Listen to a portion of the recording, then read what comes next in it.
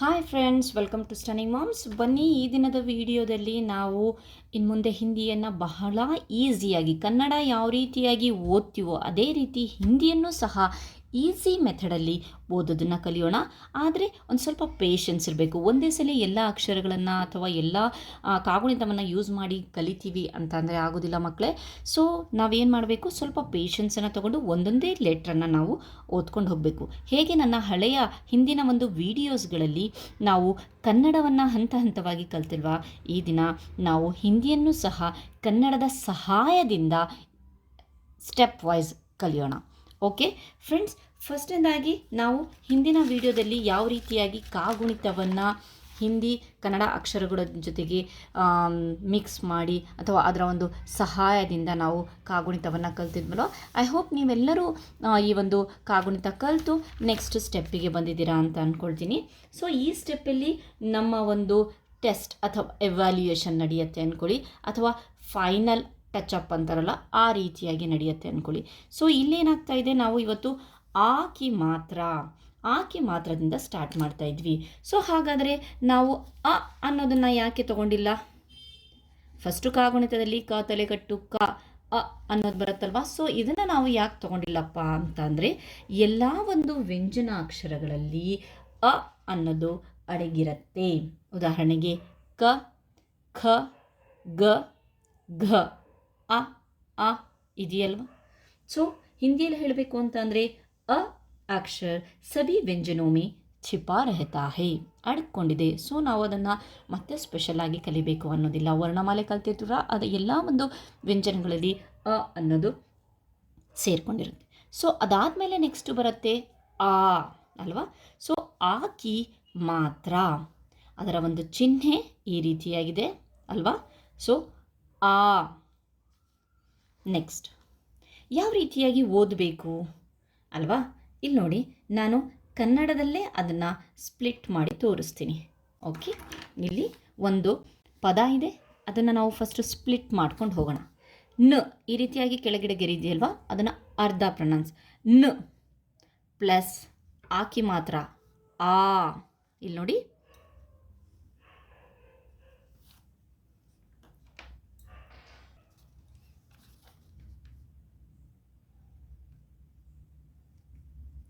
ನ ಪ್ಲಸ್ ಆ ಪ್ಲಸ್ ಕ, ನ ಪ್ಲಸ್ ಆ ಪ್ಲಸ್ ಕ, ನಾಕ್,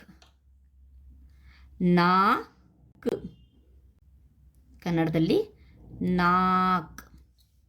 ಸ್ಪ್ಲಿಟ್ ಮಾಡಿ ಕಲಿಯೋದ್ರಿಂದ ಈಸಿಯಾಗಿ ಪದಗಳನ್ನು ಫಸ್ಟು ಕಲಿಯೋಕ್ಕೆ ಹೆಲ್ಪ್ಫುಲ್ ಆಗುತ್ತೆ.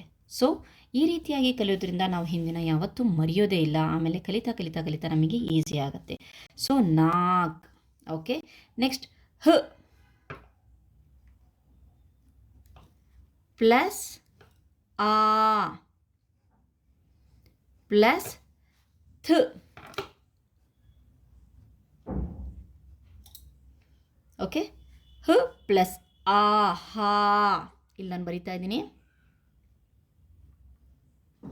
ಥ.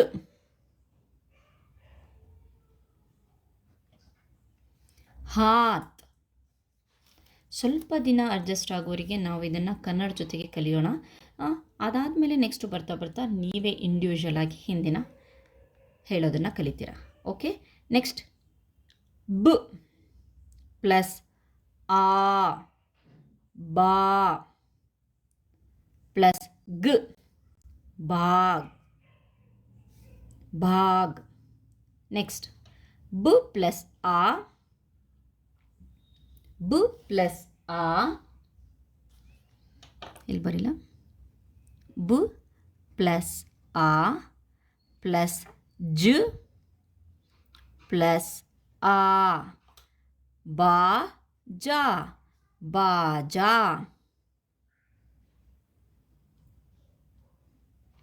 ಬಾಜಾ ಅಲ್ವಾ, ಎಷ್ಟು ಈಸಿಯಾಗಿ ಬರ್ತಾ ಇದೆಯಲ್ವಾ. ಓಕೆ, ನೆಕ್ಸ್ಟ್ ನೋಡೋಣ.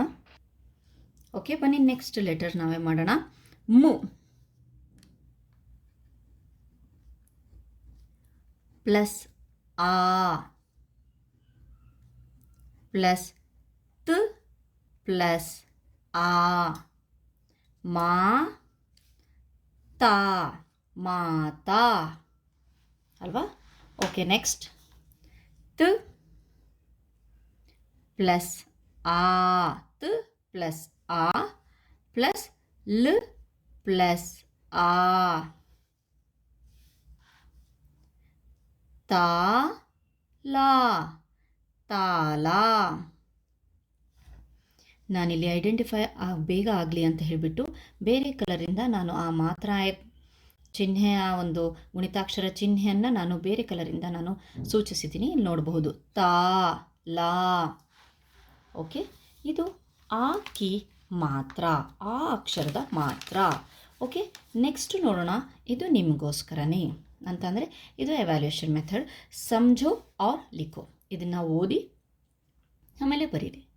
ಓಕೆ, ನಾವು ಮು ಪ್ಲಸ್ ಆ ಏನಾಯಿತು, ಮ. ಇದೆರಡನ್ನು ಸೇರಿಸಿ ಬರೀತೀನಿ ಇಲ್ಲಿ. ಮ. ಕ ಪ್ಲಸ್ ಆ, ಕಾ. ನ, ಮಕಾನ್, ಮಕಾನ್. ಸ ಪ್ಲಸ್ ಆ, ಸಾ. ರಾ, ಸ. ಸಾರಸ್. ತಾ, ಲಾ, ಬ. ತಾಲಾಬ್, ತಾಲಾಬ್. ಸೊ ನಾವು ಹಿಂದಿನ ಪೇಜ್ನಲ್ಲಿ ಕನ್ನಡದಲ್ಲಿ ಬರೆದು ಪ್ರಾಕ್ಟೀಸ್ ಮಾಡುತ್ತಲ್ವಾ. ಸೊ ನೆಕ್ಸ್ಟ್ ಬರ್ತಾ ಬರ್ತಾ ಈ ರೀತಿಯಾಗಿ ನಾವು ಪ್ರಾಕ್ಟೀಸ್ ಮಾಡಬೇಕಾಗತ್ತೆ. ಚ ರ ಖ, ಚರಖ. ಓಕೆ, ಚರಕ ಅಂತೀವಲ್ವಾ. ಸೊ ಅದೇ ರೀತಿ ಚರಕ. ಸೊ ಇಲ್ಲಿ ಕೆಲವೊಂದು ನಾನು ಬಾಕ್ಸಲ್ಲಿ ಕೊಟ್ಟಿದ್ದೀನಿ. ಸೊ ಇದನ್ನೆಲ್ಲ ನೀವು ಕಲೀಲಿ ಅಂತ ಹೇಳಿಬಿಟ್ಟು ಬರೆದಿದ್ದೀನಿ. ಆರಾಮ್. ಫಸ್ಟು ನಾವು ಈ ರೀತಿಯಾಗಿ ಕಲಿಬೇಕು, ಈಸಿ ಆಗುತ್ತೆ ಮತ್ತು ಪರ್ಮನೆಂಟ್ ಕಲಿಕೆ ಆಗುತ್ತೆ. ಅದಾದಮೇಲೆ ನೆಕ್ಸ್ಟು ಈ ರೀತಿಯಾದಂಥ ವರ್ಡ್ಸ್ಗಳು ಬಹಳ ಸಿಗುತ್ತೆ. ಆ ಒಂದು ಗುಣಿತಾಕ್ಷರ ಚಿಹ್ನೆಯನ್ನು ಬಳಸಿ ನಾವು ಈ ರೀತಿಯಾದಂಥ ಪದಗಳನ್ನು ಈಸಿಯಾಗಿ ಓದಬಹುದು. ಫಾರ್ ಎಕ್ಸಾಂಪಲ್, ಆರಾಮ್, ಮಾಲ, ಕಾಲ, ರಾಜ, ಬಾದಾಮ್, ಬಾಲಕ್. ಸೊ ಈ ರೀತಿಯಾದಂತಹ ಬಹಳಷ್ಟು ಪದಗಳು ನಮಗೆ ಸಿಗುತ್ತೆ. ಸೊ ಈಸಿಯಾಗಿ ಸ್ಟೆಪ್ ಬೈ ಸ್ಟೆಪ್ ನಾವು ಕಲ್ತ್ಕೊಂಡು ಹೋದರೆ ಬಹಳ ಈಸಿಯಾಗಿ ಬಹಳ ಬೇಗ ಹಿಂದಿಯನ್ನು ಕಲಿಯೋಕ್ಕೆ ಸ್ಟಾರ್ಟ್ ಮಾಡ್ತೀವಿ. ಓಕೆ, ಇಲ್ಲಿಯವರೆಗೆ ನಮ್ಮ ಚಾನಲನ್ನು ಸಬ್ಸ್ಕ್ರೈಬ್ ಮಾಡಿಲ್ಲ ಅಂತಂದರೆ ಪ್ಲೀಸ್ ಸಬ್ಸ್ಕ್ರೈಬ್ ಮಾಡಿ. Thank you friends.